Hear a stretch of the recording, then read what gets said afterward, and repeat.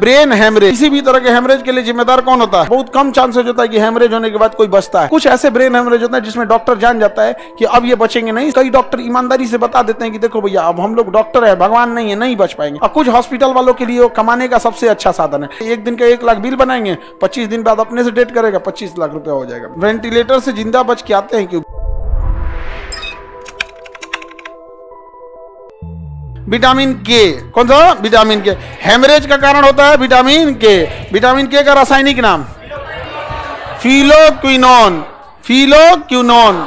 Vitamin E का, vitamin E का, vitamin B का, बी बिहार वाला B, thiamine. Vitamin A, vitamin C का, विटामिन डी का, विटामिन ई, विटामिन के खून का थक्का बनाने में हेल्प करता है। विटामिन के थक्का बनाने में हेल्प करता है।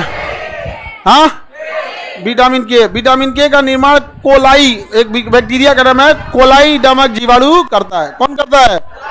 कोलाई नामक जीवाणु। किसका निर्माण करता है? थक्का बनाने में हेल्प करता है। विटामिन के का ज्यादा होना भी खतरनाक है, कम होना भी खतरनाक है। ज्यादा हो गया तो खून ज्यादा थक्का हो जाएगा, कम हो जाएगा तो एकदम गाढ़ा हो जाएगा।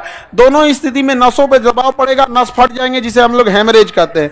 अगर गाढ़ा हो गया तो भी दिक्कत है, पतला हो गया तो भी दिक्कत है, और हेमरेज हो जाता है। सबसे पतली नसें ब्रेन की होती है, इसलिए ज्यादातर हेमरेज या पंचर या सूचर कहाँ हो जाता है? ब्रेन में, और उसी कहेंगे ब्रेन हेमरेज। क्या कहेंगे? Brain haemorrhage. तो यह जो सूचर हो जाएगा उसे क्या कहेंगे? ब्रेन हेमरेज कहेंगे। क्या हो जाएगा? Brain haemorrhage. तो ब्रेन हेमरेज जो होता है, ब्रेन हेमरेज में उस कौन या किसी भी तरह के हेमरेज के लिए जिम्मेदार कौन होता है? विटामिन के। हेमरेज होने के बाद बहुत दिक्कत होता है, बहुत कम चांसेस होता है कि हेमरेज होने के बाद कोई बचता है। और उसमें भी हेमरेज में ना सेंटर लाइन हेमरेज होता है ना, अगर सेंटर लाइन में तो चांसेस बहुत कम है। एक साइड में अगर होता है तो डॉक्टर बचाव चल लेते हैं। उसके बाद भी हेमरेज में डिपेंड करता है कितना जल्दी ऑपरेशन करके क्लॉट हटाया गया है। ब्लड इसमें फटेगा, इसमें पूरा क्लॉट कर जाएगा। और क्लॉट करेगा ना तो दब जाए, क्लॉट जैसे करेगा ना तो जगह लेगा, और जगह लेगा ना तो यहाँ पे ब्रेन में कुछ भी दबाना नहीं चाहिए। कुछ भी दबेगा तो शरीर का कोई ना कोई अंग स्विच ऑफ हो जाएगा। सबका स्विच कहाँ है? यहीं पे। और यहाँ अब मान के चलिए मेरा पूरा स्विच उधर है, कोनो दाबिएगा तो कुछ ना कुछ तो बंद होगा यहाँ पे। अगर दाबत को मेन एमसीबी गिरा दिया, सब बंद हो जाएगा। यही होता है ब्रेन हेमरेज में। जब ब्रेन हेमरेज होता है ना तो कोई ना कोई स्विच गायब हो जाता है, आदमी बेहोश हो जाता है। अब बॉडी जो होता है ना, ब्रेन हेमरेज का तुरंत नहीं मरता है, लेकिन कुछ ऐसे ब्रेन हेमरेज होता है जिसमें डॉक्टर जान जाता है कि अब ये बचेंगे नहीं, सेंटर लाइन हो गया या बहुत ज्यादा हो गया। तो उसमें क्या करता है ना कि कई डॉक्टर ईमानदारी से बता देते हैं कि देखो भैया अब हम लोग डॉक्टर है, भगवान नहीं है, नहीं बच पाएंगे। और कुछ हॉस्पिटल वालों के लिए कमाने का सबसे अच्छा साधन है। लगाएगा वेंटिलेटर, जबरदस्ती सांस भरेगा। वेंटिलेटर में ना मशीन से सांस भरता है और फिर वापस वो अपने मशीने से निकालता है, तो ब्लड सांस रहेगा, जिंदा हो जाएगा। उसके बाद नस काटेगा, यहाँ पे फेस्टुला बनाएगा, या फिर टेम्पोररी इंट्राकिट लगाएगा, जो उसके लिए कैनुला लगाएगा, और उससे ब्लड निकालेगा। क्योंकि अब सांस नहीं चलेगा तो ब्लड गंदा होते जाएगा, यूरिन उसका होगा ही नहीं, तो क्या करेगा? डायलिसिस करेगा। तो एक डायलिसिस चल रहा है, इधर वेंटिलेटर पे चल रहा है, आराम से 15-20 दिन घींच ले जाते हैं। तो बहुत सारे हॉस्पिटल वालों को लगता है कि बड़ी पैसा वाली पार्टी है, एक दिन का 1 लाख बिल बनाएंगे, 25 दिन बाद अपने से डेट करेगा, 25 लाख रुपया हो जाएगा मेरा।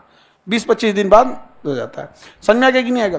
तो ये होता है। अच्छा, दूसरा क्या, किसी की मरीज को अगर ऐसा होगा, डॉक्टर कितनों कह दे कि भैया बहुत कम चांस है, तो कोई क्या कहता है कि नहीं छोड़ दीजिए, कोई कभी ये तो कह नहीं सकता है, और डॉक्टर का भी दुविधा हो जाता है। लेकिन ये हेमरेज का कारण कौन सा विटामिन बनता है?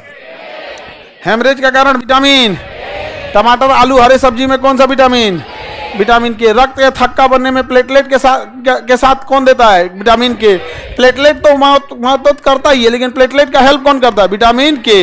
दोनों जरूरी है रक्त को थक्का बनाने में। और एक विटामिन भी और प्रोटीन भी जरूरी है, प्राइप्रीन। एक और प्रोटीन जरूरी है, प्रोथ्रोम्बिन। अभी जस्ट पढ़ाए थे। प्रोथ्रोम्बिन बनाने में कौन हेल्प किया था? अभी ई पढ़ा के गए हैं। एंटीऑक्सीडेंट होता है प्रोथ्रोम्बिन बनाने में ई, और फाइब्रिनोजन बनाने में के। दोनों जरूरी है रक्त के लिए। रक्त के लिए दोनों जरूरी है कि नहीं? ज्यादा जरूरी कौन है? फाइब्रिन। फाइब्रिन के निर्माण में हाँ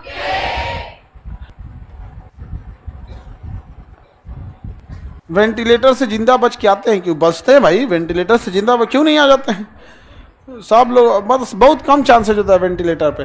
भारत में ज़्यादातर केस खराब होने का एक रीज़न भी क्या है ना, कि लोग पहले बात जब बीमारी स्टार्टिंग फेज में रहती है ना, तो अपने घरे आस पड़ोस में झाड़ फूक जड़ी बूटी खाते रहते हैं, और जब एकदम हाथ से जाने लगता है ना, तो अपने जिला में भागते हैं। जिला वाला सोचता है कि 2-3 लाख टान लेते हैं, और जब देखेगा अब गया काम से, अब नहीं बचने वाला, तो कहा भागिए एकदम। अब जाए जिस राज्य में है उस राज्य की राजधानी भेजेगा। यूपी में तो लखनऊ भेजेगा, झारखंड में तो रांची, रिम्स, यहाँ पटना में है तो एम्स, IGMS, PMCH, तो पहले नाच देगा। अब जब उसके पास पहुंचता है तो उसके पास वैसे मरीजे पहुंचता है कि वो बचता ही नहीं है, बहुत कम चांस में होता है पहुंचता। वही स्टार्टिंग में लेके आ जाए तो बच सकता है। आगे बढ़ जाए, किसी को दिक्कत? फाइब्रिन समझ में आ रहा है कि नहीं आ रहा है?